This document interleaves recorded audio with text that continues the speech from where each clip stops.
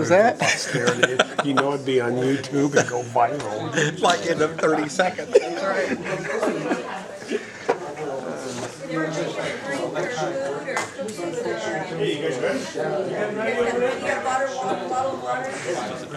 We'll edit that out. That's the reason you don't want to stand. All right, I'd like to welcome everyone to our, this is our second NASA Winternship activity. It culminates with the students presenting the work that they did over the last 3 weeks or so.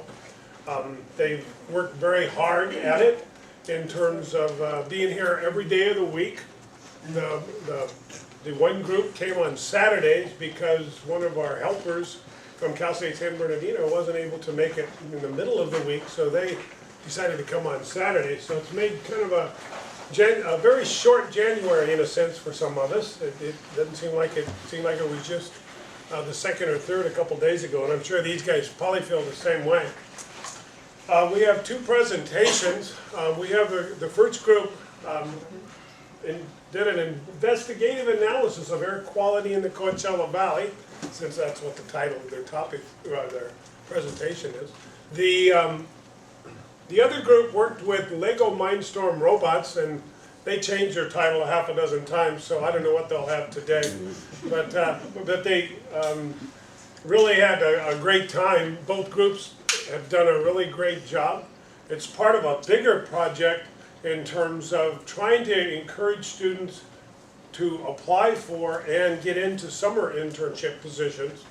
Two of the students who participated this winter are guaranteed an internship this coming up summer at Dryden Flight Research Center at Edwards Air Force Base. And we're hoping some of the other ones will also get internships at other laboratories and other universities around the U.S. So that's our real goal. At this point, I would like to thank a couple people who participated during this activity. Sitting in the back, we have Nick Westberg, who's our LabVIEW guru and Lego Mindstorm's expert, I guess we can say. I don't know if he still feels like an expert after the last 3 weeks, but this is the second year for Nick. He's working 2 jobs as he also teaches. How many labs is it over at Cal State San Bernardino? I believe it's 4. 7 labs, you said? 7. He's doing 7 labs. So it keeps him very busy. Other person who has been helping for the month of January is actually a former Mesa student. He has to take a couple classes here and be finishing his degree in geology from UCLA, and he's also our cameraman today, apparently. It's Eric McLeod, making sure that I'm in the picture, apparently. And he worked with the Atmospheric Science Group and guided them on a daily basis. I was kind of in charge of the overall thing. I did work, obviously, quite a bit with the Atmospheric Group. At this point, I would like to just go ahead and turn it over to the first group, and their first speaker will be Jesse, and he will take care of the introductions, and we'll go from there. Good afternoon, everybody. My name is Jesse Espinosa, and as Dr. Frommer already said, our project is investigative analysis of air quality in the Coachella Valley. I'd like to introduce my team members: Juliana Castillo, Osvaldo Hernandez, Ana Chavez, Reyes Escobar, and Alex Aldape. Okay, so does this picture look familiar to anybody? Yeah, that's pretty much what it looks like here all the time, right? Yeah. Okay, so why did we choose the Coachella Valley? Well, first of all, because we live here, right? Second of all, we chose the Coachella Valley because we have a misconception here. Because we have good air quality and real clear days, good weather, we are under the misconception that we always have good air quality days here. When in fact, we don't always have good air quality days. We have bad air quality days too. So what was our objective? Our objective was to find out, where does our air pollution come from? What are the constituents that make up the poor air quality? But how long does it take them to react with one another to the point where they're actually bad for us? And how do they get here? So having that information, we were able to backtrace some of these constituents and find out where they actually come from and how do they get here. So part of the discussion that we're going to have today is we're going to discuss air quality, the air quality index. What is the definition? What are some of the measurements that they take to determine what the air quality is? Ozone formation.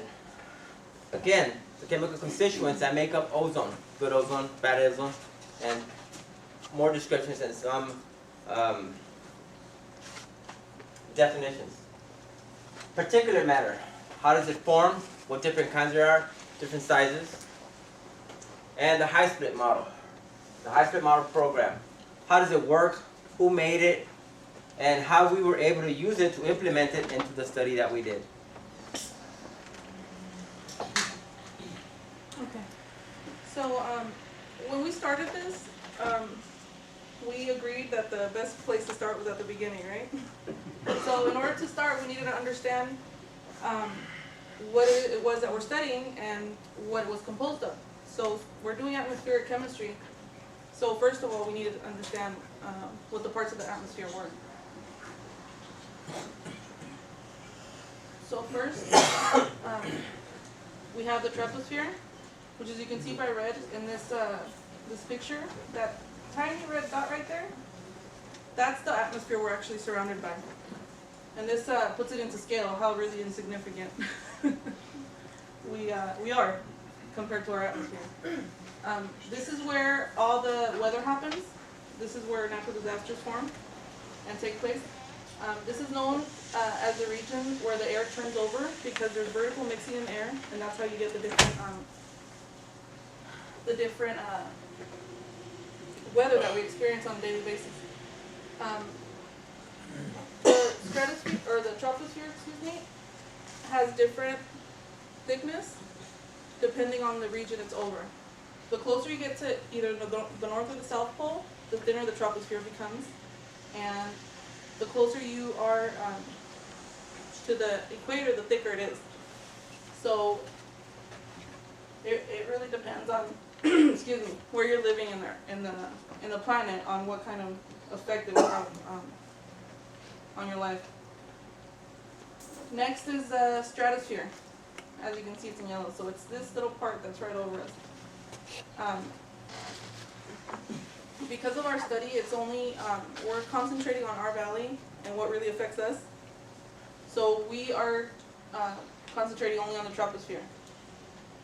But the atmosphere actually has 5 layers to it. And as, like I said before, as you can see, what we actually live in is very, very insignificant compared to the complete atmosphere. Next, we needed to find out what it was that we were looking for. So, as Jesse said previously, we're looking at the pollutants that are in our area and where they come from. But in order to identify the pollutants that we have here, we needed to understand what it is that makes up pollutants. So we have aerosols.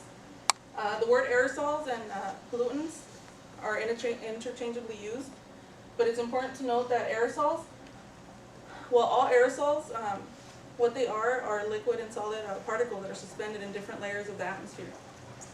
So all aerosols can be pollutants, but not all pollutants can be aerosols.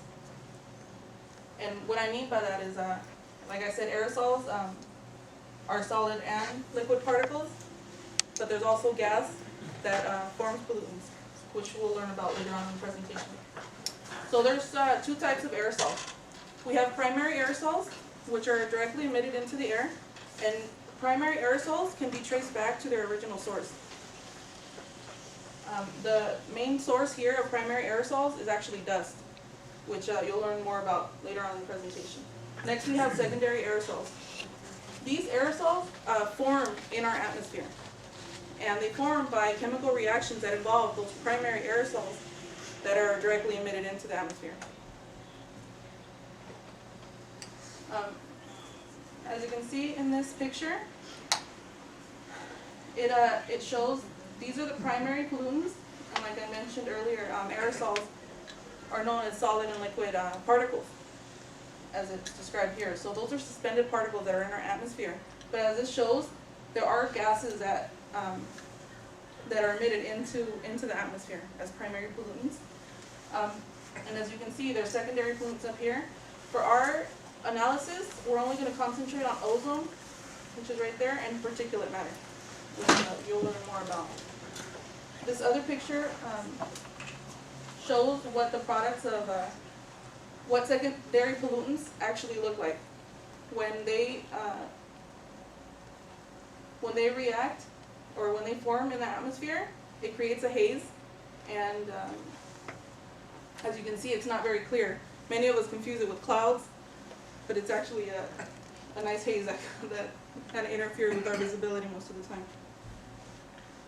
Okay, so in order to track the pollutants that we have in our atmosphere, we needed to find a monitoring system that was able to measure these pollutants and also relate them to how it affects us health-wise.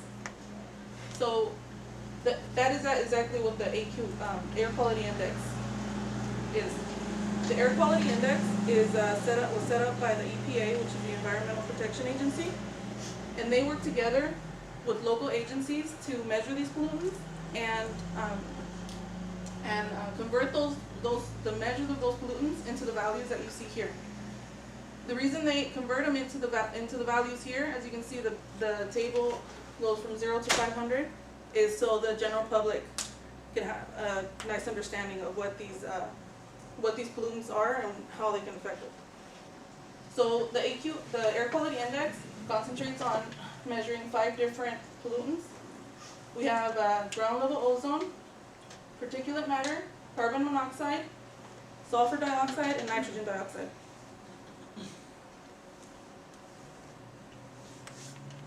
This is the equation that they use. The way it works is that they have levels that are called breaking points, and the way it works is that they have on a yearly basis. Oh, this is a table that shows the breaking points. They, on a yearly basis, they take the levels of pollutants that there are, and they modify the breaking points depending on the level that is, required decent, depending on the levels that you've seen in this table of values.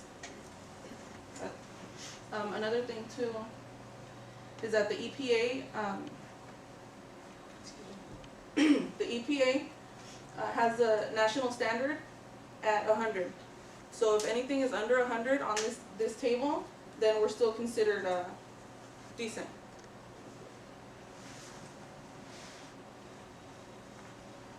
Okay. This is the air quality index value for today here in the Coachella Valley. As you can see up here, like I stated earlier, the Environmental Protection Agency works with these agencies listed up here in order to monitor the pollutants in our area. They have monitors all over the nation. So, and with the help of these agencies, they keep track of the pollutants that we have in our area. So, with the equation that I just showed you, they find the value for each of these pollutants, and the way they decide whether it's a good day or a bad day when it comes to the air quality index is that they get the highest, the worst case scenario for any of the pollutants, which you can see here. They have for particulate matter, PM 2.5, they have a 45 today. So that's the value they're going to use to generalize for the rest of the day. You can also find this information on the daily news. I mean, I hope that now that I've shown you what it means, you can recognize it when you see it on your weather forecast later tonight. And now Ozzy will explain what ozone is. Right, well, we're here to talk about ozone. Ozone is formed in both the troposphere and the stratosphere. And that's an important designation because depending on where it's located in our atmosphere, it could have some rather severe effects on our local environments. I'm sure you all hear talk about the depletion of the ozone layer. You know, when they talk about global warming on the news, they hot points. And when they're talking to that, they're specifically referring to stratospheric ozone because that serves the purpose of actually blocking us from the sun's harmful ultraviolet radiation. Basically protects us from getting skin cancer. But the focus of our research was on tropospheric or ground level ozone, also cleverly called bad ozone in opposition to good ozone, just stratospheric ozone. Ozone forms from a series of photochemical reactions, and the precursors to the reactions are typically the oxides of nitrogen and sulfur, carbon monoxide, and volatile organic compounds. So in order to form ozone, these compounds undergo a complex set of chemical reactions that are catalyzed by this process known as photolysis.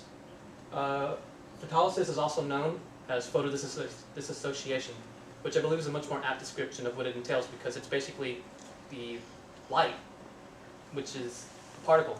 It can be expressed as a particle, and that particle has energy. And what that particle does is it reacts with compounds, molecular compounds, and breaks them apart, overcomes the barrier between the electrons that are actually bonding those compounds together, and breaks them apart into radicals. And it's generally under this form. The non-radical will react with the photon to give you two radicals. Now, this is a light-dependent reaction, meaning that it peaks during the day, typically at around 2 o'clock, which is when sun intensity is the highest, and it'll drop down at night. So it's got a day and night cycle. And since we know this, we can make the prediction that there would be a correlation between average light hours and average ozone levels in our valley and anywhere really throughout the year. So here's a little bit more information on just how ozone is formed. We have this set of chemical equations, but we don't need to go over this. We can balance out a lot of these intermediate steps and leave you with this final step, which is a generalized form. All of these steps happening in between. So you get carbon monoxide reacting to 2 oxygen molecules and a photon to give you 2 carbon dioxides and an ozone. Of note, the VOCs, which I described in the last slide, they play an important role in formation of ozone, but they typically occur before the set of reactions. They typically lead into it. It's really complex, and I didn't feel like giving you like 20 list chemical reactions, so I decided to look it up.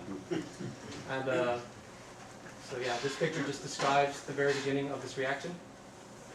Both of these constituents, the hydroxyl radical and carbon monoxide, are formed naturally in the atmosphere through the photolysis of water vapor and carbon dioxide, which are both naturally occurring. The rate of this reaction cycle is typically 24 to 48 hours, but that's just a typical for a single case reaction. The process is ongoing. It doesn't really stop. It just has cycles. So here's some ozone data that I've acquired. This graph shows for the year 2011 days in 3-day increments versus sunshine hours. And as you would expect, it peaks during the summer at just over 12 hours. And corresponding to that, we have ozone levels for the year 2011 on the same 3-day interval, measured in parts per million. And as you can see, it peaks during the summer as well. Just a note about parts per million, it might seem like an insignificant value at first, but when you couple the fact that these molecules are so tiny with the fact that our atmosphere is so huge, even 1 in a million ends up being pretty significant. Definitely significant enough to affect us and our environment. This red line here is the California 8-hour average standard for ozone levels. This is where we want to be. We want to be below this line because this is the level set up by the state of California. And there's also a national average, which is a bit higher, I believe, at 0.12 parts per million, but it is not high enough to be instructed, or too high to be instructed. All right, so now this graph here showcases yearly trends in ozone levels, and it shows a rather steady decrease, which is a good sign, from the year 1975 to 2011. So it shows us that we are improving our relative ozone containment in the Coachella Valley, but it's still not quite where we want to be. There's that 0.07 parts per million again, California 8-hour standard.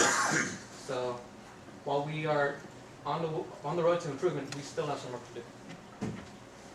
So now I'll pass it over to Anna to talk to you about particulate matter. Thank you. The second pollutant that we find in the atmosphere here in the Coachella Valley is particulate matter. And the California Environmental Protection Agency has classified those into 2 different groups. The particulate matter 2.5, which I'm going to call fine particle matter right now, and particulate matter 10, which is coarse particulate matter. As you can see here by the picture I have, this is actually a human hair, and this is fine beach sand.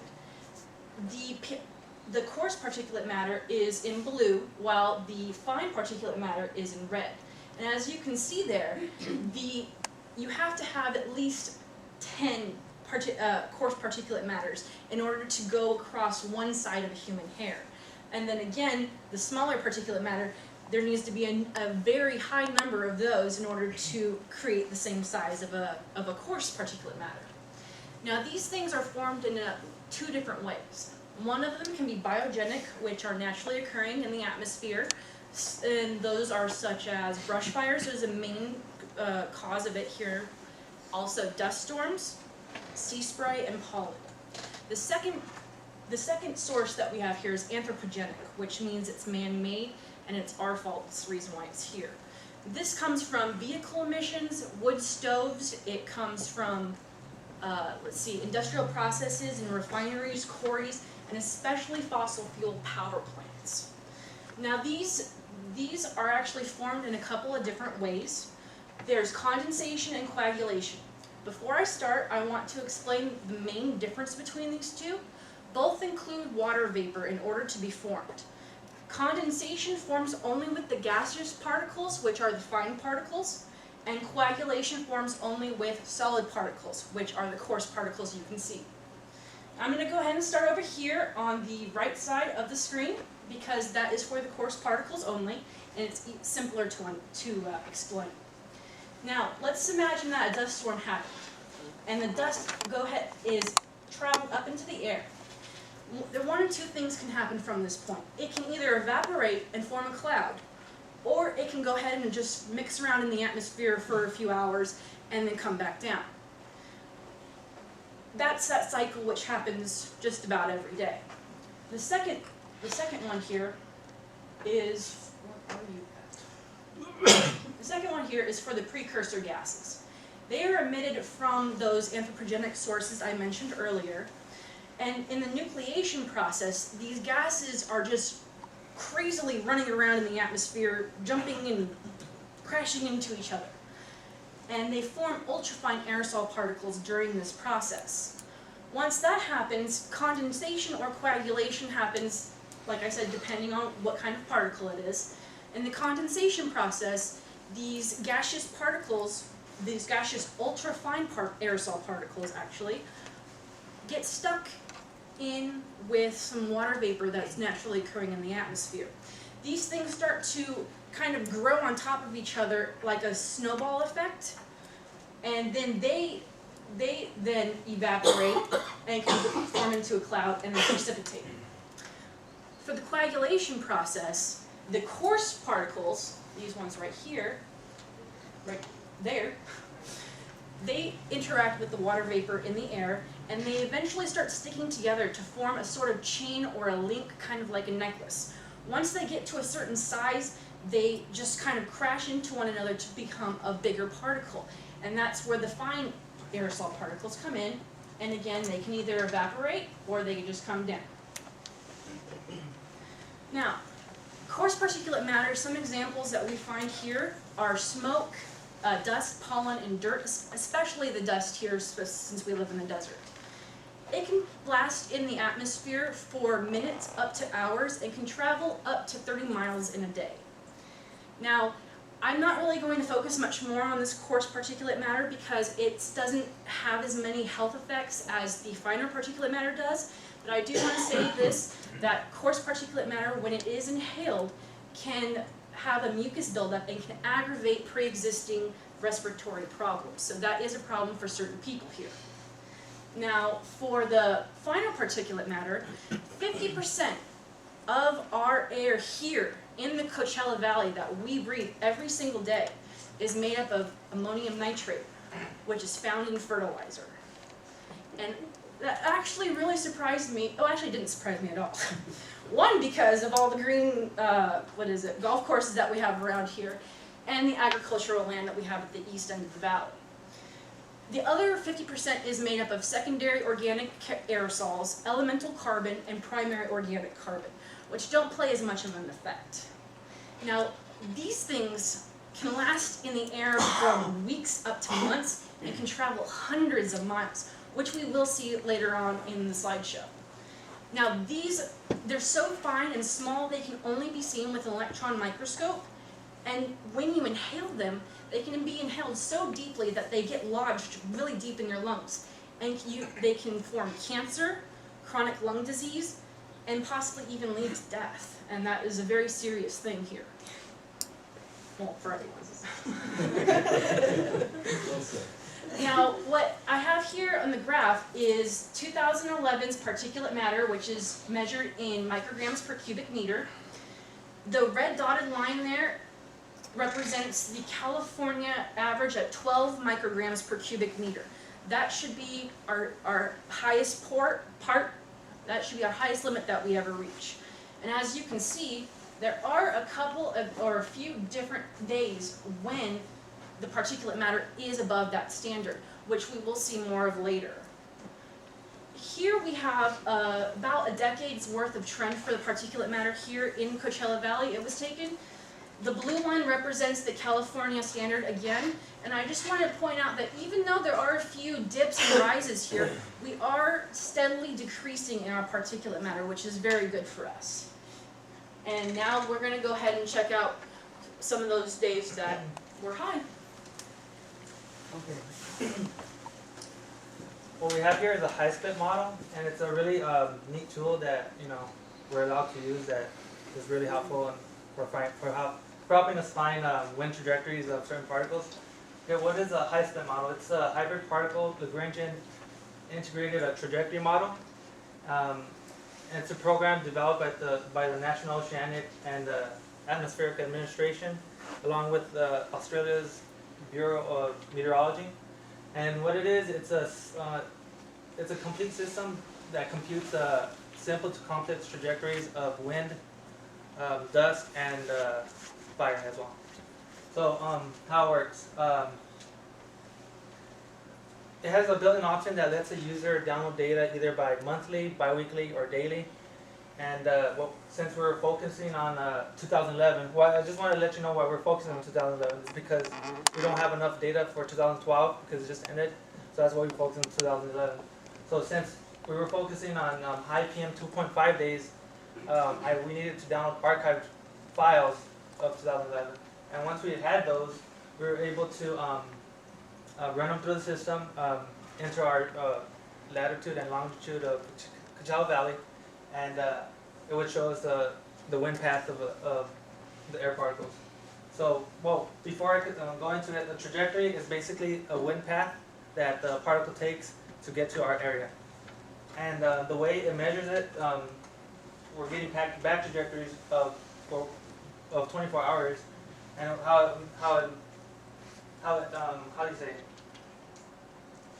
it computes the data, and it computes the data every 5 minutes.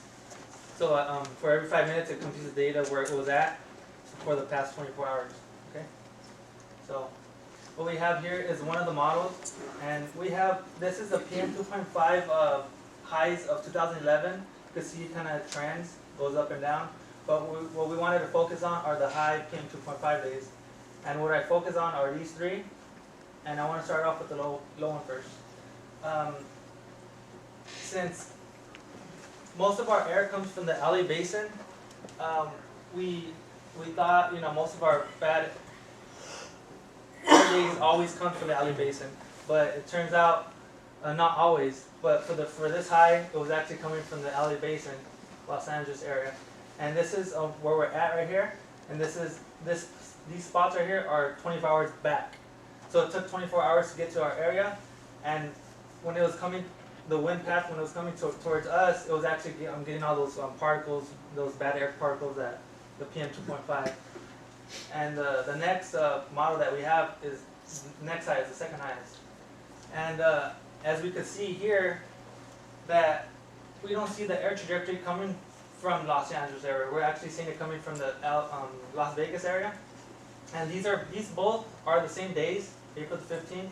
And we could see here that instead of coming from the LA area, it came from the Las Vegas area. And well, that's for the reason why we got had a high peak in that day, because it was actually coming from Las Vegas area.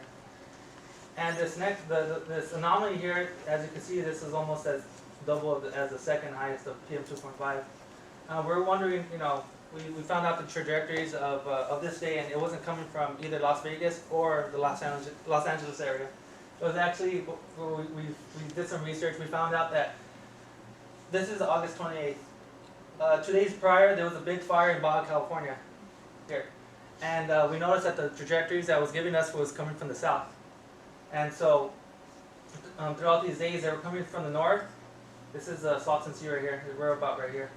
It was coming north, and it kind of swooped back down, and during that reading, this is what actually helped build up this high peak in PM 2.5 data. And what I want to say is that a lot of people believe that we get bad air quality because of the Los Angeles area, but there are other places that actually contribute to our high PM 2.5 days, and that's what, you know, just wanted to let you guys know. So next will be Anna. Alex. Sorry. Okay. So in conclusion, the occurrence of high concentration of particulate matter that has been received in the Coachella Valley for the year 2011 is not completely associated from the Los Angeles Air Basin. Now, in conclusion, for the concentrations for the PM10 and PM2.5, we can see, yes or no, over a decade that it is gradually declining, and it's also under the national standard. As well for the PM2.5, it is actually more of a slowly consistent decrease. Also, just to reiterate what has been said previous about the primary and secondary aerosols, that primary are directly emitted into the atmosphere, secondary mixed with the primary also into the atmosphere. In conclusion, also, the ozone is also produced when volatile organic compounds, VOCs mentioned, also with nitrogen oxides also undergo with the process of photolysis. And as you can see, the ozone air quality throughout the decade also as well, is also slowly decreasing, but we're still just a little bit over. Also, the measurement of how we are keeping track of the concentrations of particulate matter, as was mentioned, is the air quality index, and also that is color-coded also in accordance with the number based on that formula that was shown earlier. And as you can see, following with that website, you can specifically see the most heavily concentrated compared to the least concentrated areas.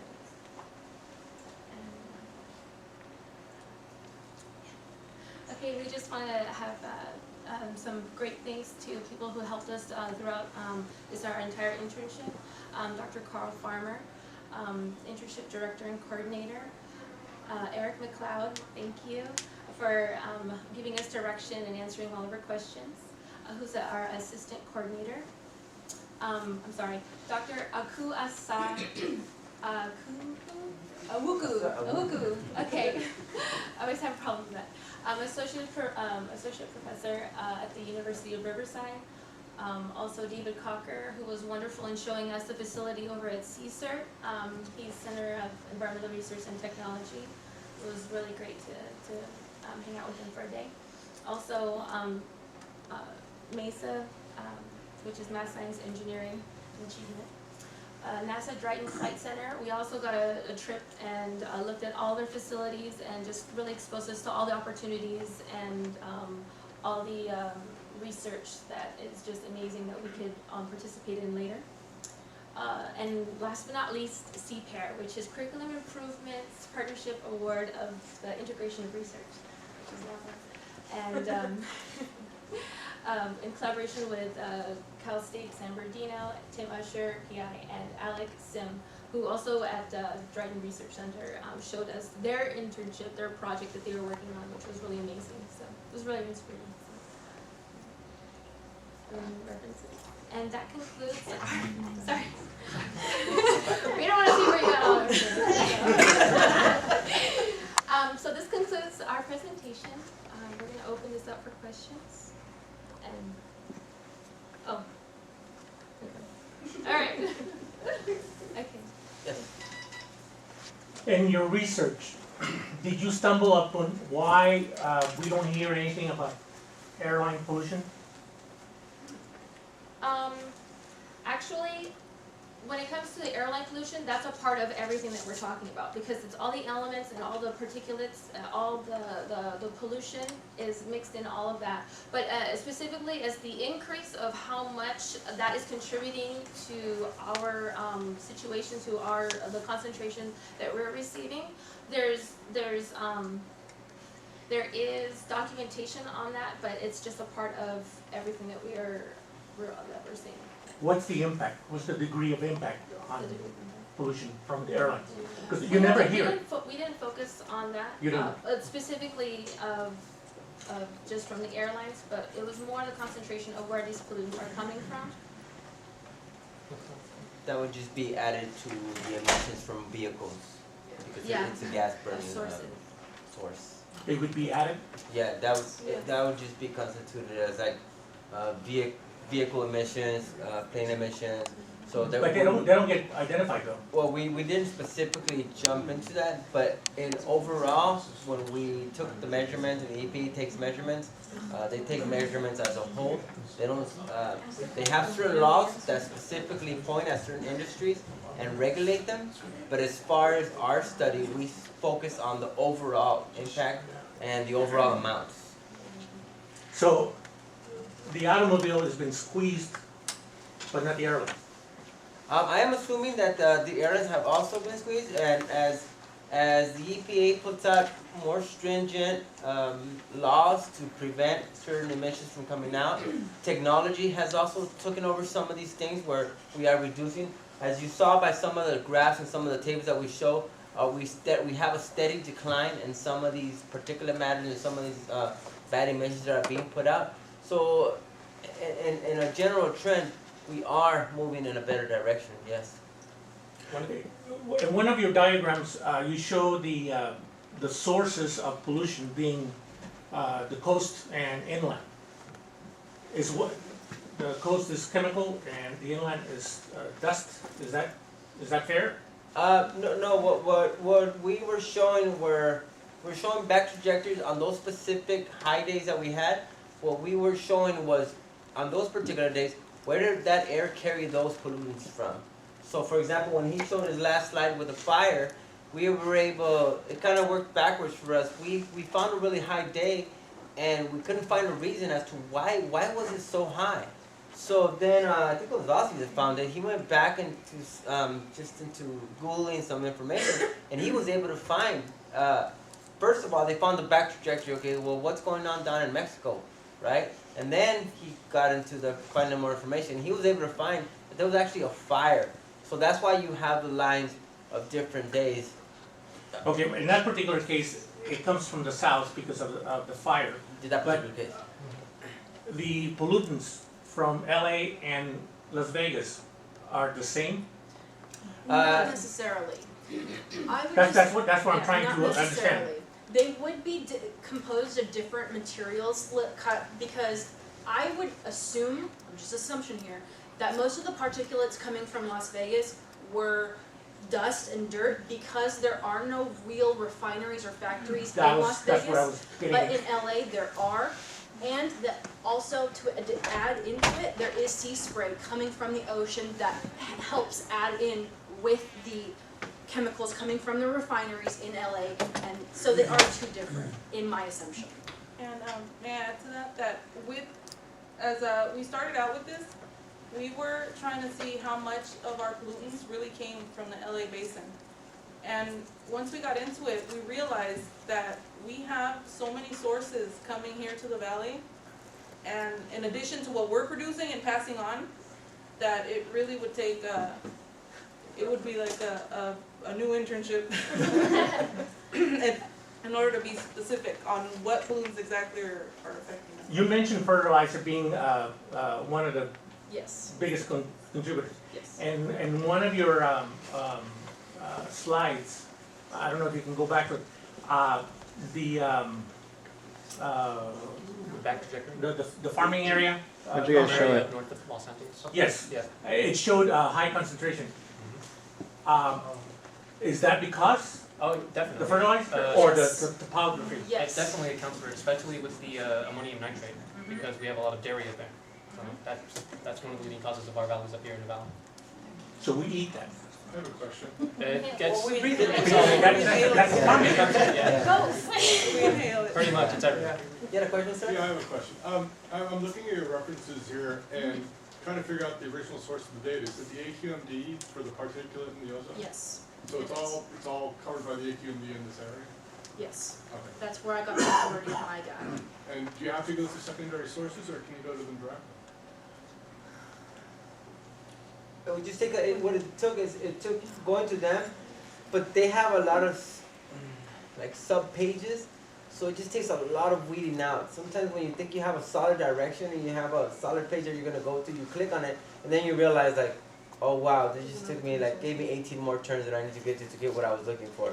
So it takes a lot of weeding out, but most of the information that we got, well, I mean all the information that we got for this presentation, we got from these sources. And It then takes a lot of weeding out. also- Dr. Hagopian? Yeah, so the AQMD, the D is for district. How many districts are there? Is there Oh, that's. Oh. Well, There was a list of, Yeah, there was a list. When you go back to the for the AQI readings, that's for the entire state of California. So that big old list This is is all hard the to read. agencies. Those are all of the districts These for the state of all right California. here, all of them together? yeah, those are all different districts, and they all work together with the Environmental Protection Agency in order to be able to gather this information on, and for different regions. But so there's one for just Southern California? Yes. Yes. But that's one Southern California district? No. It's not split up into... That's one agency, that's Oversees. responsible for our area. yeah, but there's it's not only just split into one. Southern, it's not just split into Southern California, it's a section of, subparts it's of a Southern yeah, there's also Yeah. subsections of Southern Southern Coast. California. Southern Coast. But Yeah. there's not one specific for the Coachella Valley? No, Not for the No. Coachella. No, we're kind of designated as our own little area, but I'm we kind of don't have, interested in this because I've been studying the Sentinel plant. I don't know, did you study that at all? we read some information about it, Dr. Farmer found some information about it.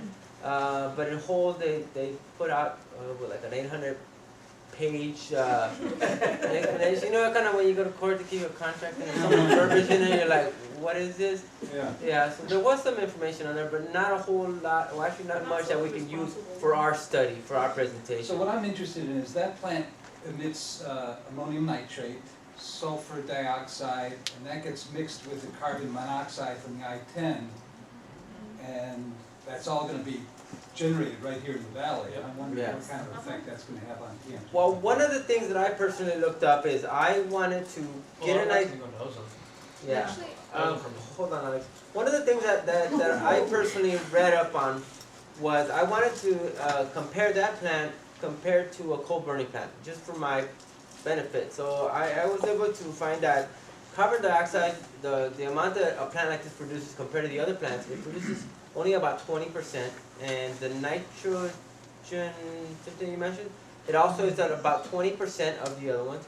And it only produces less than 1% of the particulate matter that a Coal plant. that coal burning So power you're plant would comparing it burn. with the coal plant, which makes it look pretty good. we also, we also. Yeah, exactly. You're right. Yeah. We also have to take into consideration these wind patterns, because what we produce here isn't always what affects us here. Because the wind is constantly moving and shifting around these pollutants, we're not always bringing in the pollutants we produce. That was one of the reasons we looked at the outside sources like the LA Basin, and as you saw, we found some pollutants coming from Mexico, some others from Las Vegas. So it really is like a national, who do we pollute? Right. I actually read that portion of the list of all the PMs and construction concerns and everything like that. And they said that the emission amount would be less. However, it says that it would be in addition to the emissions already out, that are already occurring, and that would bring in, or that would be under review, because it would actually possibly, they always say possibly, can bring that over the line. Okay. We have one last question. Yeah, you mentioned that these fine particles have a very long life in the atmosphere, Yes. and you found that one mosquito event actually caused a spike in it.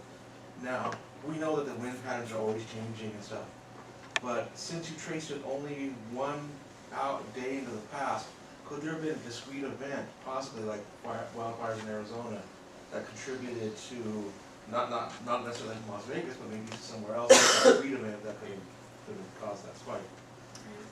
I mean, it could have, we didn't go too many days into it. We only went, for that incident with the fire that happened on the 25th, I believe.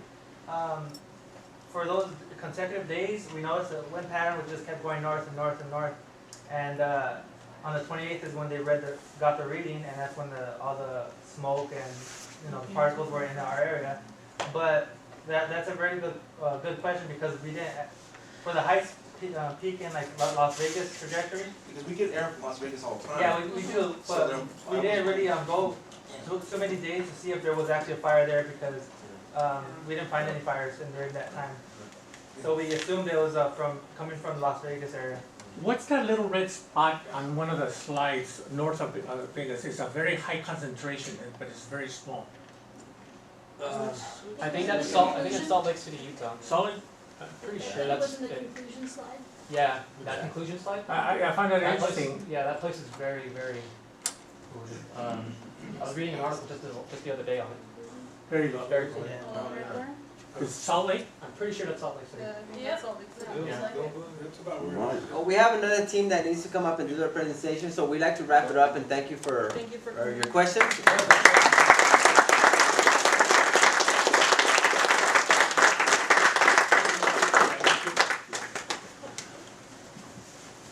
Okay, our next group will take maybe a minute or two to get ready. I think their presentation's already in the laptop, but for them to get up here. Anybody wants to grab a quick drink or a quick snack? Still welcome to start in just a couple minutes. And we have time afterward, hopefully, for some additional questions if you would like.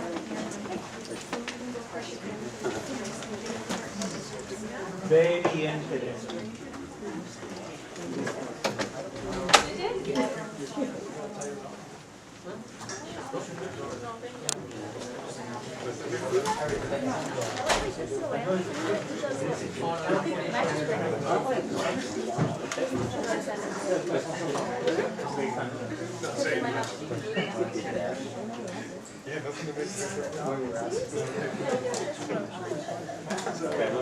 Where are the babies in this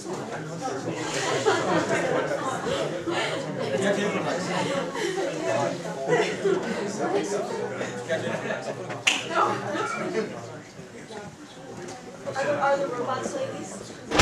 That's exactly. That was the original. Oh,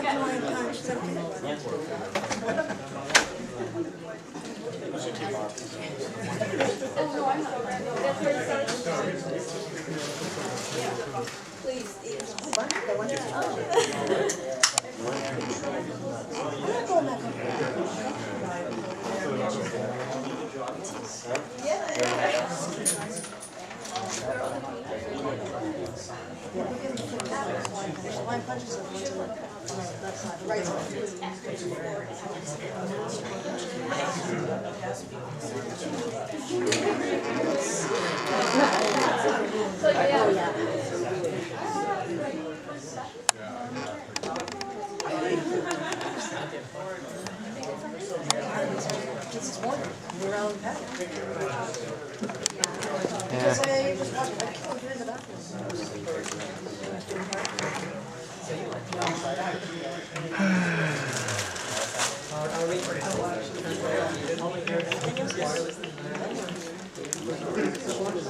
All of us?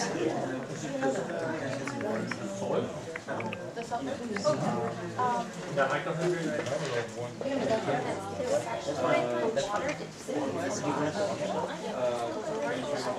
It's on the very, very, quite closest to the actual on the inside.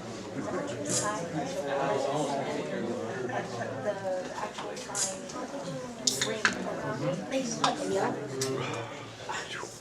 Bump my arm. Is that your 51? Actually, I think that is, this one. Well, you know, we wanted to do this semester. Yeah, I was hoping. But I guess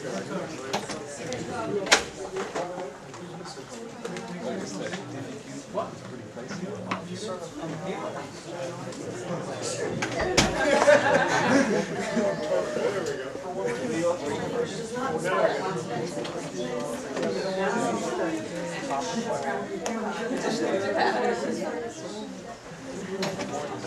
Okay, we're ready to start with our next group, the robotics group. This year we were able to purchase some of our own robotics setups and from Lego, and so they had more to work with. They weren't quite as confined. They did quite a bit of designing, as you will find out. And I think they had a pretty good time. So, and at the end we'll have a demonstration in the maze. So at that point, then you can come up, and see how some of them actually operated. So at this point, I'll turn it over to Edgar Lopez, and he'll introduce his group and go from there. Welcome everybody. My name is Edgar Lopez. At this time, I'd like to introduce the team. This is Mark Schaefer, Todor Nicolo, Michael Schultz. And we've got Joe Moeller, John Roshan, and Arturo Palomino, and Genaro Gonzalez. Let's get started. So the main objective of this internship was for us to learn the LabVIEW programming interface and also the NXT Mindstorms interface. And using those tools, we could build the robots and program them so they can navigate through complex environments. In this case, our complex environment was the maze right here. And this was a really good challenge for us because it allowed us to test the decision making of the robots. It also gave us a really good test for the sensors, so we could get the data coming in and actually interpret it as something and give that to the robot so they can interpret it and make the decisions while navigating the robot. And I'll hand it over to Mark for the equipment. What you see on the screen here is it's our the brain of the robot. It's the CPU, the processor of the robot. It's what we've programmed to give it instructions to navigate through the maze. It's the equipment we have to work with. You got the USB port. You got some motor ports up here. The input buttons. You can navigate to the screen, some of the functions, and connect up to 4 sensor ports. Some of the sensors we have here is the first one here is the ultrasonic sensor. Kind of works like a bat. The 2 eyes here. One's sending waves, sending ultrasonic waves out based on the distance it takes to run into an object or so. Based on the time it takes to run to an object or so and come back to the receiving eye here. That's how far we can extrapolate and return the distance. Some of the limitations of this, one of the main limitations is when it gets up to around 255 centimeters, it doesn't really work that well. It's something we have to work around in some of the equipment. The next sensor we have here is the light sensor. It ranges different light intensity values of the room. With the ambient light of this room, it's around 20 or 30 or so, based on the amount of lights. We've got 2 sensors here. This is the light, just strictly the light one, and this is the color sensor. This color sensor can also return values based on the color, so giving us different numeric values to work with in the language. This third sensor here is the touch sensor. It's a Boolean touch sensor, a yes or no value. It's kind of our fail-safe. We use a lot of fail-safe as our robot. If the other sensors weren't working that well, this one kind of always did work. Lastly, we got the motors. They have the sensors inside them, and it can, based on degrees of rotation, and so we can use that in some of our measurements to help the steering process and such. What you see here is 13 power input. This is kind of about the minimum amount of power to overcome the friction of the carpet and get our object moving. Got it, Toto? Thanks. So after we're done with the hardware, I want to talk a little bit about the software that we have to use. LabVIEW, it's made by National Instruments and it's a visual programming language. Unlike the more traditional ones where you type in the code of the program, this looks more like a flowchart, which we'll show you in a minute. We use the term VI, which stands for virtual instrument. It's basically a collection of code that's designed to do a specific task. The NXT robots, they have a main program, the main VI, and inside of it we usually ask small programs called sub-VIs to do a specific task, like calculate the distance between 2 points and then give us some sort of value. They act like function calls in a normal language. Motor and sensor controller is not given by default from the LabVIEW software, so we have to use a special library provided by the LEGO Mindstorms so they can be programmed. And here's a sample program that I've made just for this presentation. Basically, the flow of the program is from left to right, and this gray box right here means that everything inside of it will be repeated unless this condition is satisfied. That's the stop button of the loop. Initially, we check if a button attached to port number 1 is pressed. If that is satisfied, if it's true, then we'll send power of 50 to ports A and C, making the robot go in presumably the forward direction. Then checks again if the button on port 2 is pressed, it will actually give negative power, which causes him to go in reverse.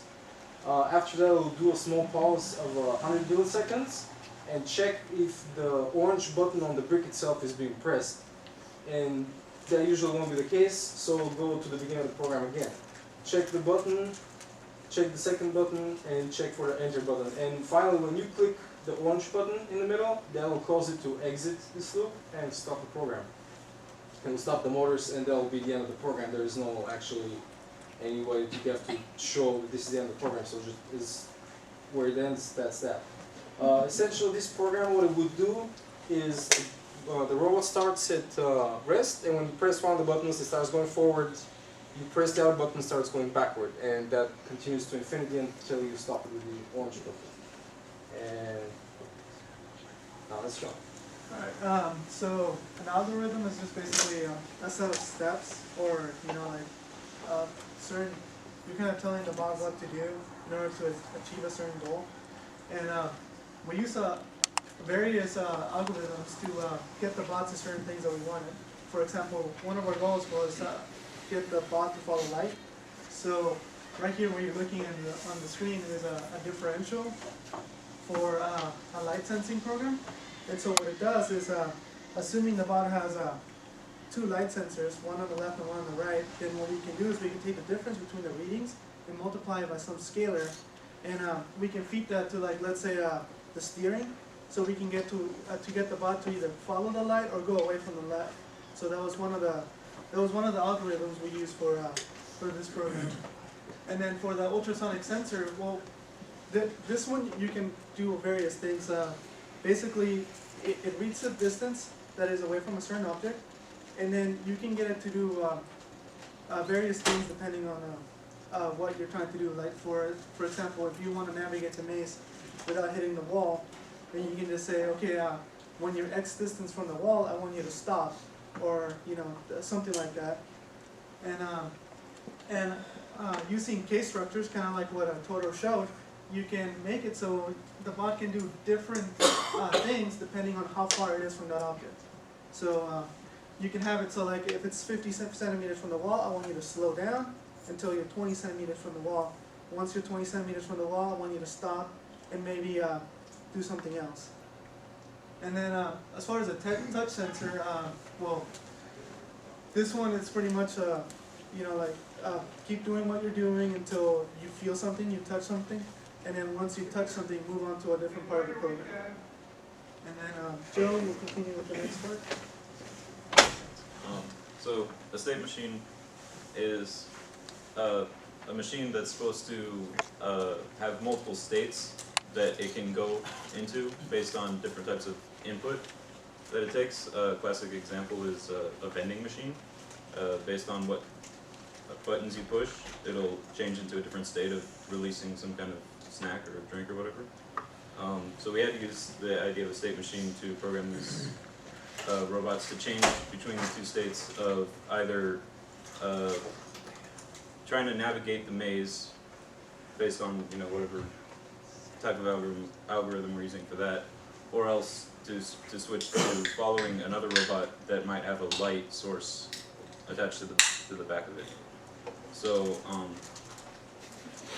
we had to make the robots be able to detect a light source and then switch into a light following mode if it found a light source was in front of it. And so, yeah. And then Edgar and Mark will talk about their robot. This is our robot design, is the robot. Let's get some of the design implementations. Our forward-facing ultrasonic sensor, kind of like the eyes of a human or so, to kind of look forward and see if you run into a wall. It's got these two light sensors here, sort of offset to work really well with differentials. And notice the sensor on the bottom, if you get too close to a wall, you've got a problem. And then some of our code. And the show said we have to do certain things based on certain conditions, follow light or move around the maze, and this rents itself really well to a state machine type of program. And Edgar will tell you about that. Okay. So in order for us to go from the following state or the navigating state, which is either following the light or navigating on your own using the ultrasonic sensor, we implemented this this state machine right here, which you can see graphically right here.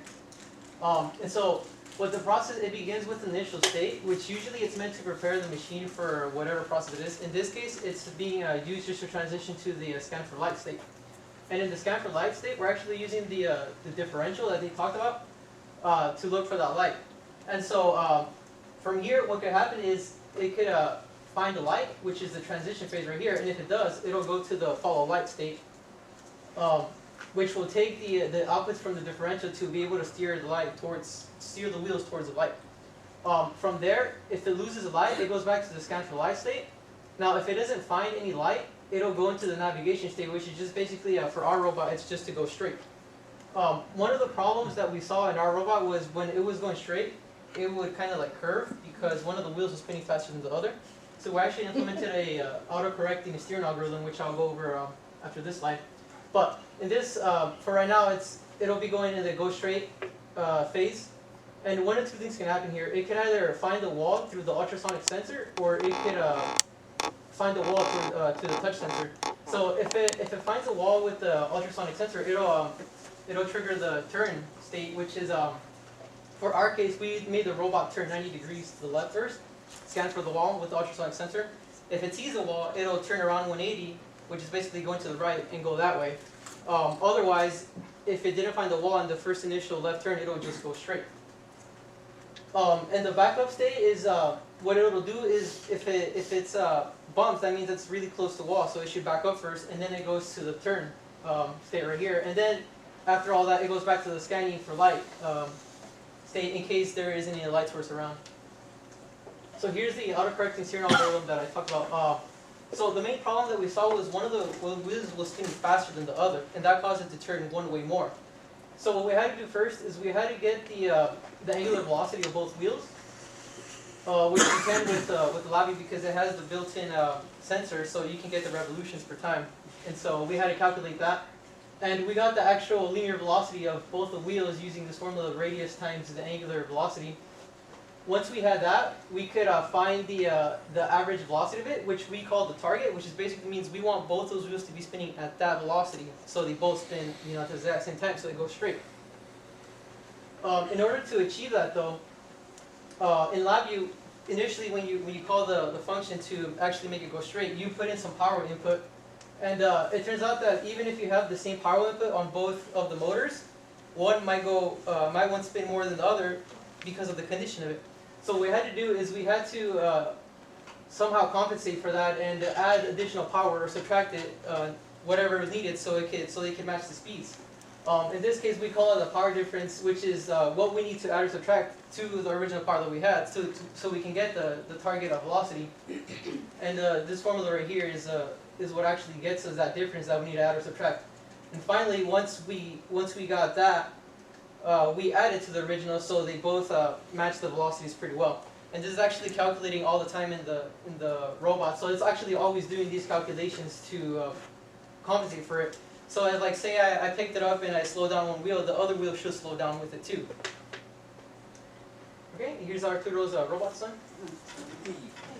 This is my robot, and I went around the problem of it going in not straight by not putting a back wheel. I just put a rudder so that it will provide friction. And if it went too much to the right, it will make itself go to the left because the friction will be other way. My robot, as you will see, has two light, one distance, and one touch on the front. I'll show you again, actually. There's the touch right there. And once anywhere in that area is bumped, it triggers the touch sensor. So, again, no back wheel, because I thought that would be better. It basically just drags along before. Now I want to show you how this robot, how the program that I made solves the maze. It is basically just a two-state machine. This part of the program says read the left side and see how far away you are from the wall. Take 20 away from that, multiply that by 4, and make sure that that value doesn't go above or below 100 or negative 100. And make that the steering of the wall. What that accomplishes is if it's too close to the wall, it'll steer to the right. And if it's too far away from it, it'll steer to the left. And then that happens over and over again until the bumper touches something. When it touches something, it goes to the next thing. Well, here, it got close enough, so it's going to go from steering to the left to steering to the right. And then this motor that is being have more power is going to change to have more power on this side because the ultrasound got touched. Then it will steer to the left and at the same time go kind of forward. It will touch the bumper and it will activate this part. So it will go backwards for a little time and then turn right. And then it'll start over again. It'll do that over and over again. And what it accomplishes is that the robot tries to stay close to the left wall at all times. And then it repeats over and over again. And because it stays next to the left wall, it is guaranteed to touch every part of the maze. And if there is an exit, it will find the exit. And if it needs to find a spot, it will get to that spot because it touches the whole maze. I thought that that was the most simple and efficient, well not efficient actually, but I guarantee solution. So that was my part. Okay, and while I was designing my robot, I had this idea that I should make my robot the smallest possible and with the least amount of parts possible, so I went through a couple of different designs through that process. I've actually given them names. This one is a 130. It's a Spartan robot. Then I shaved off 10 pieces and then I removed 9 more. Now by comparison, the same software that I'm using to build these computes the other robots to have at least 200 parts or more. So that I consider kind of a win. First one is Jacopo. It was very short, and on the back there is no third wheel, just like Arturo. I'm using kind of skids. This doesn't show any cables. And he only has the 2 light sensors and the distance sensor. There's no force sensor. There's no bumper or touch, which I thought I can avoid. But it turns out that the ultrasonic sensor has very narrow field of vision. So if something's coming at, let's say, the shoulder, you're not going to see it. You're just going to ram right into it. The second one, I actually decided to go with an upstanding robot, so the turning circle will be smaller when it turns almost on the spot. And I actually added a bumper, which you can see right here, and it's connected to the touch sensor, which I buried deep between the 2 motors, and I've removed some pieces, so I can show you here. One of the things is, you may have noticed I've kept the design almost the same because I have the main brick with the motors, all of them together to try and make the body as condensed as possible. So if you touch the bumper, it activates this lever and it touches the touch sensor right here, detects it's hitting to something. Finally, I went the third way, went one step further, because these legs on the back, they were straight, the robot will be very unstable, so I went with a design that will be slightly leaning backwards. Now it has a bumper, and as I said, the least amount of parts possible. The sensor moved to the top, including the distance sensor. It's no longer facing sideways. And so yeah, that's my final product. Now, during the designing of these and writing the software, I had some problems. The big challenge was the distance sensor would have, oh wait, let me show how it works.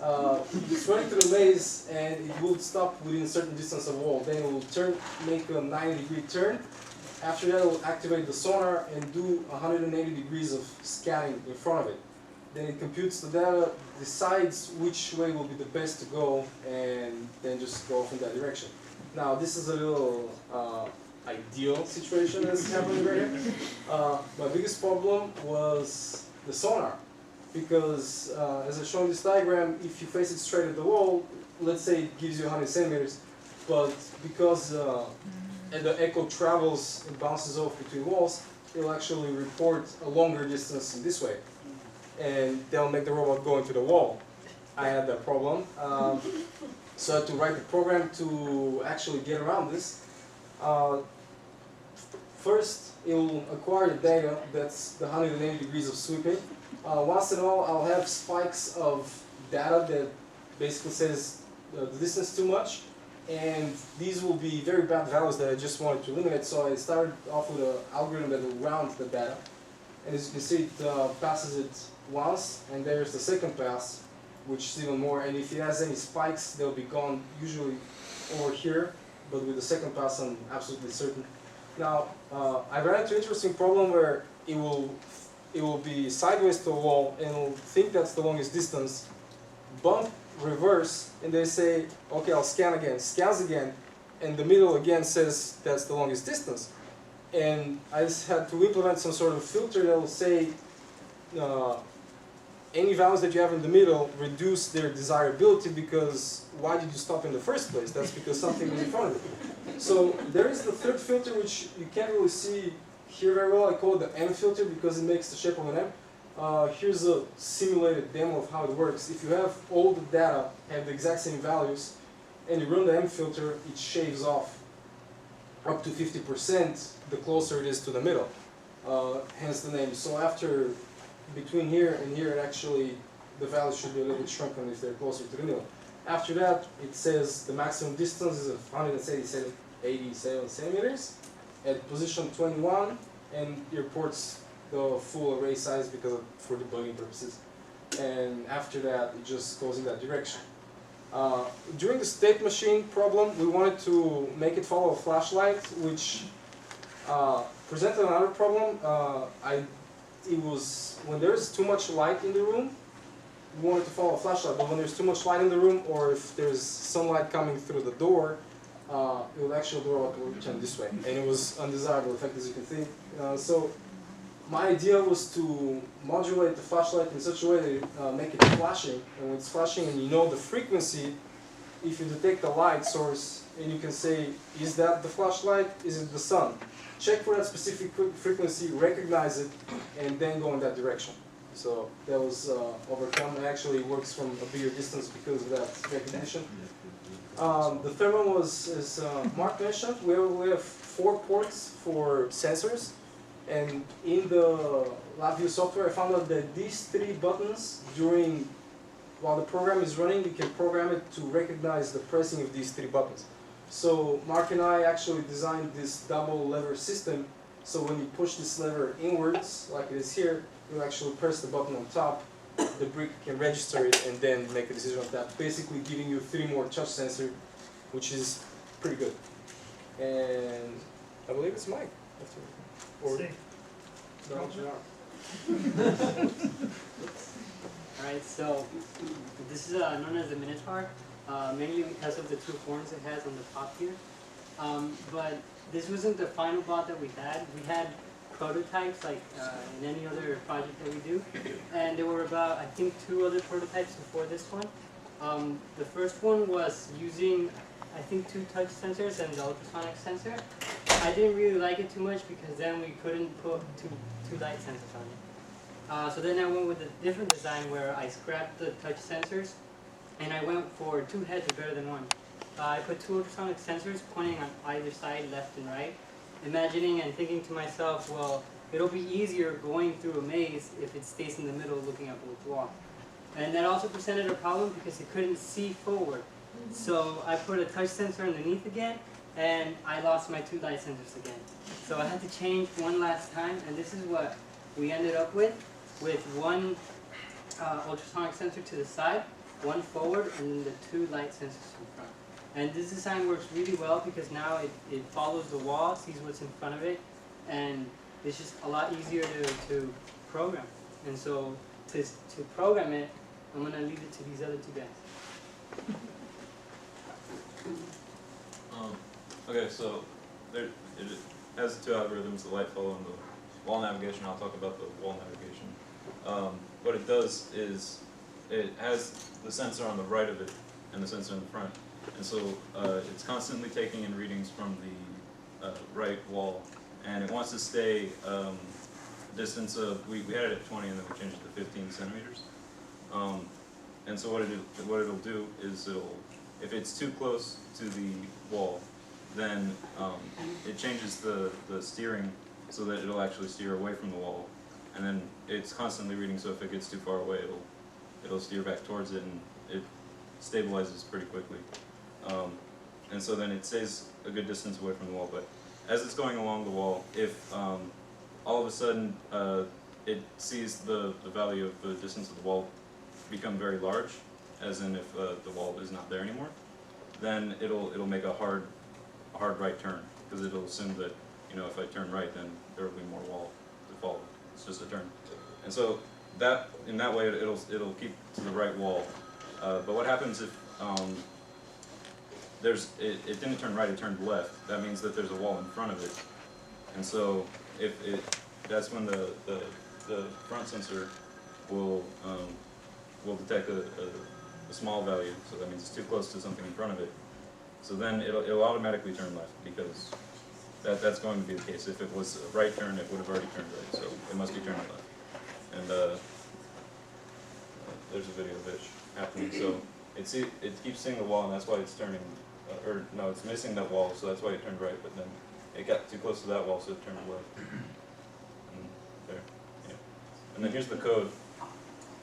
So like the beginning here, it's taking the right wall reading, and then here we calculate some things, and this is a bunch of if-then statements that determine, you know, how it's going to steer to make sure that it stays the correct distance from the wall. And then this is taking the forward sensor reading, and then a little calculation here, and then another if-then statement that determines if it needs to keep going straight or to turn left. And this will loop over and over again. So it's constantly doing these 2 checks, and this solves the maze. And it also solves it the fastest of any of the robots we have. So here to show me. Yeah, so like I mentioned before, we not only have to make it navigate the maze, but we also have to make it follow light. So one of the ways that we found it was, you know, we can make it follow light is we made it as here. We had 2 light sensors, as I mentioned before, and we had 1 on the left and 1 on the right. And what we did is this is actually not the code that we ended up using. This is just like what we based our code with. But what we did is we tested the room for ambient light, and we concluded it was around 35, 45. So we basically said, okay, you know, we're gonna use 35, and we're gonna feed that to an end statement. So whenever they're both true, in other words, when the bots see a significant light, then we want you to follow that light using the differential. And then when you're not, we want you to just spin in place, searching for the light. Here's a little video of it, but the video is actually going to show the final product. It's actually going to be navigating, and then when it sees light, it'll just follow it. So there's Joe putting a light in front of it, and it's following it. And then if you ever see it like kind of start swerving right, it's when it loses the light. And for debugging purposes, on the final code, we actually ended up adding sound to it. So every time it switches to it, it makes sound.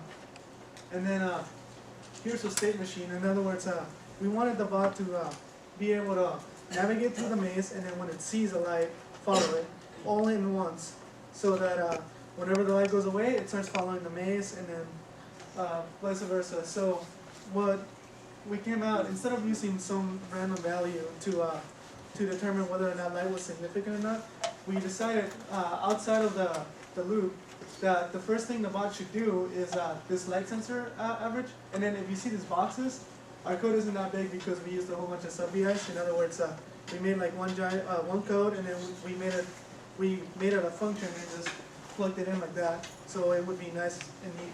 So what this light sensor average does is it makes the bot spin and take about 20 values, and it makes an average of those values. And then we tried incorporating a standard deviation, and we wanted it to be 2 deviations from it. But as we found out that the difference between the values were so small that the standard deviation was giving us like 1 or 2, it was between 1 and 2. So we ended up not using that. We ended up just adding some value to make the value significant. So as you can see, it's adding 15 to it. And then we basically use that value to compare as to whether or not it should be following the maze or should be following the light. And that's why I have 2 pictures. One of them is when it's false, when it should be following the maze, and then when it's true, that it is significant light, and it should be following the light. And then we have a video of it. So in the beginning, it's spinning, making an average, and then it didn't see anything significant, so it's just going to navigate the maze. And then just shortly, it will see a light and start following the light. And then here, Joe puts it, so takes it out of place. Then he removes it, and it just goes back to the place. And that's it for ours. Michael? Alright, so I designed my robot with 2 goals in mind. I want it to be reliable, and I want it to keep my life simple. And so I built this after about 2 weeks of programming with one of Nick's bots, one of the original bots that we had. So I wanted to avoid some of the shortcomings and frustrations I encountered with that. First off was that fact that every time you have to replace the batteries in the robot, you have to rip out the whole, the brain. You have to rip it out and basically take your whole robot apart, or half of it anyways. And so I designed it as kind of like a server rack, so you can slip it out by removing 1 pin easily. And it's also handy when I freeze it up with my bad code and I have to reset the thing. Another thing was that on the previous spot, the distance sensor was fixed to the robot. So when I wanted to make it scan 360, I had to have the robot actually spin in a circle. But it can't reliably do that. Whenever it spins around, it never exactly returns to the same place. And so I have a distance sensor that rotates 360 with its own motor. And because the motors can keep track of their position, it can return to the same position, or basically it eliminates the accumulated errors. So that even if it goes off by a little bit, it doesn't matter, because it can come back and it reliably returns to the same position. Another one was that the wheels tend to bend out, and when they bend out, the motor has to turn more to make the robot move the equivalent distance. And so by providing more support, we can help to eliminate that, or at least decrease its significance. So the way that the robot's designed to navigate the maze is to basically choose the shortest or the longest distance to turn in that distance, and then go forward to the wall and repeat that. And So the hardest part of this is to find the direction to turn. The rest of it, like going forward without turning or going forward straight, has mostly been discussed by everyone else. So I'm going to step through finding its correct direction in detail. So first we spin 360 and collect a bunch of values. Initially it was collecting 7, but that didn't work out because there's occasionally bad values like Tudor discussed earlier. And so instead I collect between 1 and 200 values. And that mostly works. And then we remove potentially erroneous values, like reflections and whatnot. Initially this was programmed in a maze that was made out of textbooks, and that was more of an issue. Then we smooth the values like Tudor did, and then we pick one of the potential paths, or we find all the potential paths. Because we spin 360, there's also the backwards path. So then we have to choose the correct one and make sure we don't go back unless we're in a corner or something. So I'm going to step through these, all these steps it goes through with an example run. And so this is the position the maze that the robot is in when it does the scan. It prints its values, the distance values, onto the screen. So you can see here there's 2 paths. It can go backwards, or it can go basically 45 degrees to the right. And so these 2 are the 2 potential paths that it can go down. So it's collected 186 different samples. Then we remove the bad ones. The values are 255 if there's just one of them. If there's more than that, then it presumes that it probably is that far. Then it smooths it. The main reason that it has to smooth it is because if there's a value that's too little, too short with under, I think it's 30 something centimeters, then it will split one path into 2 paths and aim itself at the wall. So we smooth it basically by taking a weighted average of the surrounding values and replacing each value with that. I've tried 3 different ways of doing it, and they all work, but this was the coolest. So then we isolate the different paths. Basically, it groups together all the values that are above some certain limit and considers those to be a path.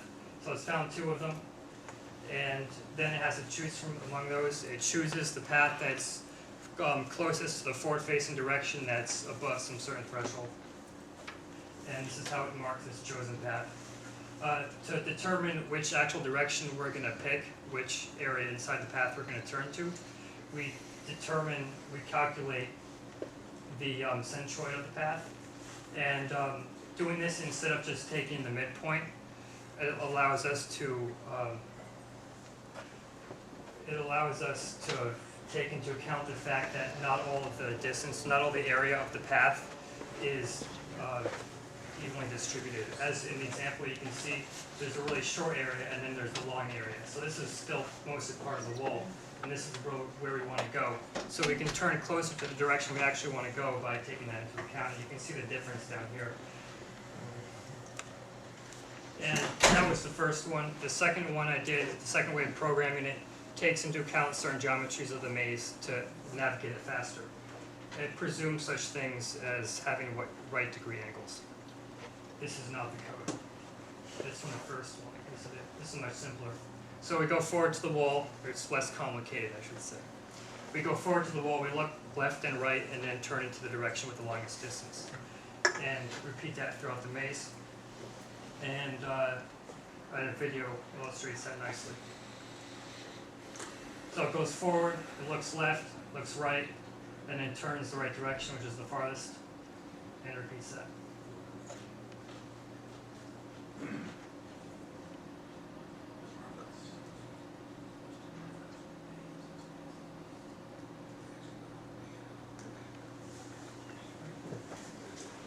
One of the things we encountered when programming these bots is that even though you had a perfectly clean program, and you asked it to stay within 20 centimeters of a wall, it will not always do that because the ultrasound sensors especially have a lot of errors. Sometimes they like Tudor said, they read the echo, and sometimes they overestimate or underestimate, and they just cannot read corners. So if you make a program that relies on corners, it's not going to work. So we had to do a lot of tweaking. So we will have to increase the value from 20 to 25 if we wanted it to go 20. And various other tricks that we did for the program. So even though we had a perfect program, we had to make one that it compensated for the problems of the sensors.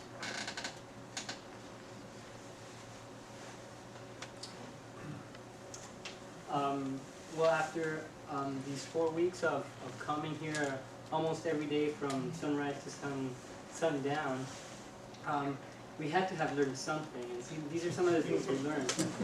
The first thing we learned, of course, was the LabVIEW program. What's really cool about it is that it's not like what we're used to, or what I'm used to, which is just programming on the screen. But this is a new way to program. I like both ways, but this is an interesting way. Another thing we learned was the interface with the NXTs. I used to play with Mindstorms all the time, and learning that there was more to them than what I thought was really interesting, and I bet some of the guys did too. Another thing was the AI programming, the decision making, the state machines, the differentials, the things that made the maze algorithms possible. Those are the kind of things that we were exposed to this past month. We also got a feel for the research experience. This is the first internship that I was invited to do, so it was a real honor to be here. And to get a feel of what it is to wake up, at 7 in the morning every day, come here, work, and go home tired and think to yourself, okay, I gotta do it tomorrow.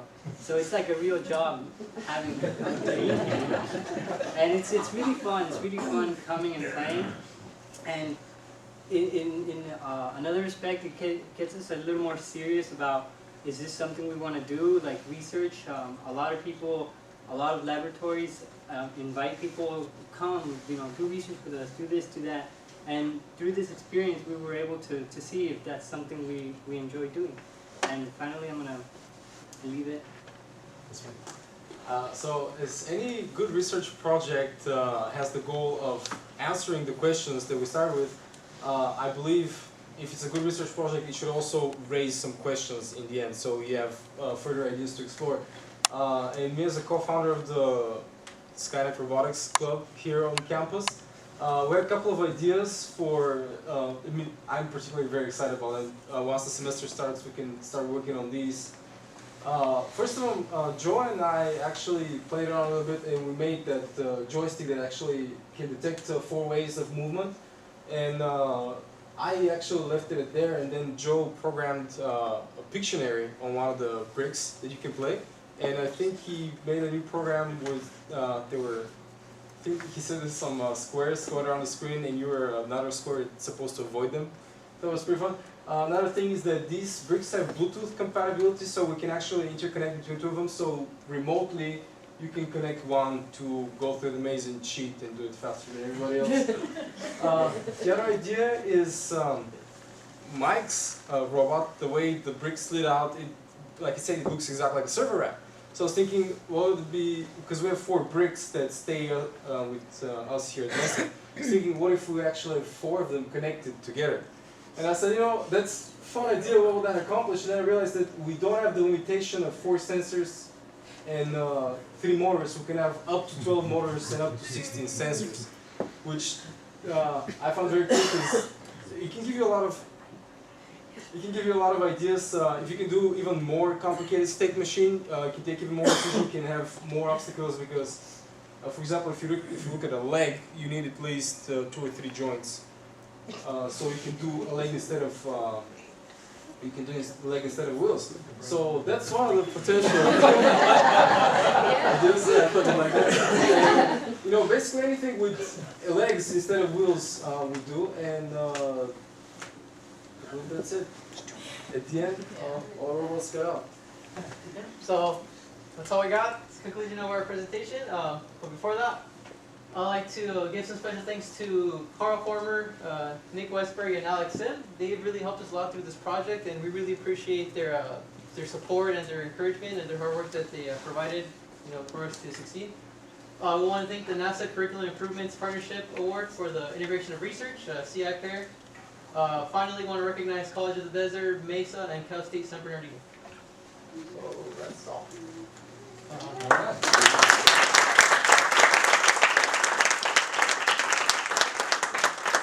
Does anybody have any questions?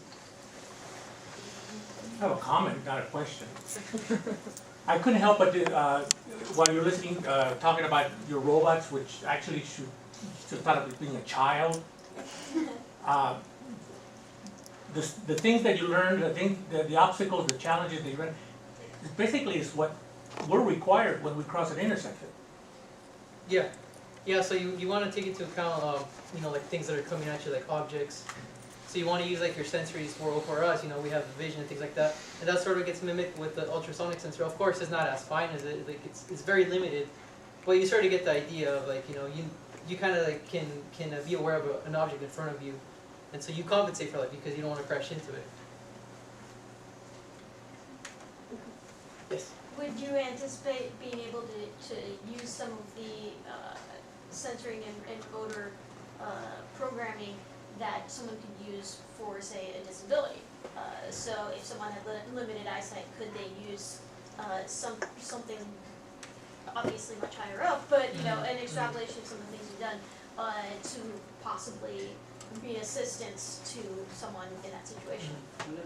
One of the things that one of the groups did was that they made sounds whenever the bot was approaching something or changed state. So maybe that's one of the things that could be incorporated, where it's an ultrasonic sensor that makes sounds when something's coming from you. So, okay, because I can hear it. I just had a question about the capability of the ultrasound sensors. It has two in, both sides in, send out and receive, right? One is a microphone, the other one's a speaker, and that's how it works. So one can't do parallax or anything? Oh, no. What do you guys think about the rover we have in Mars? I think we want one. Well, see, the rover... Pretty awesome programming, huh? Oh yeah, the rover is a very good example because, I don't know if you're familiar with the details, but when Mars and Earth are closest, they're still 7 minutes apart for the signal to go back and forth.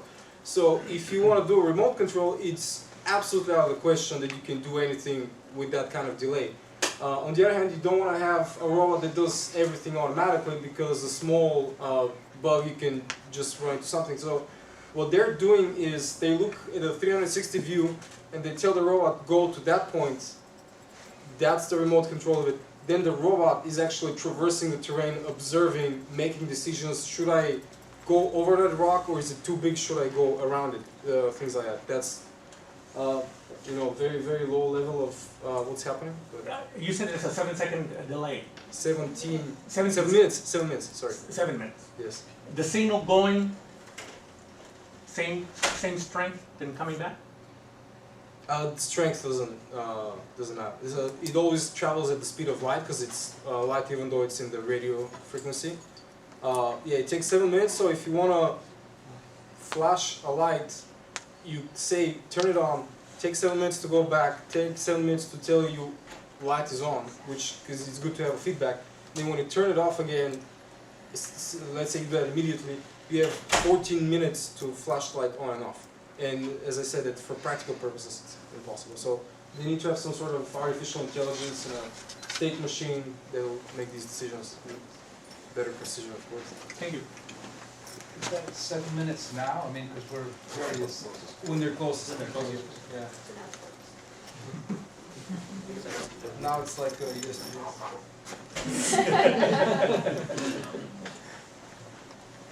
Any other questions?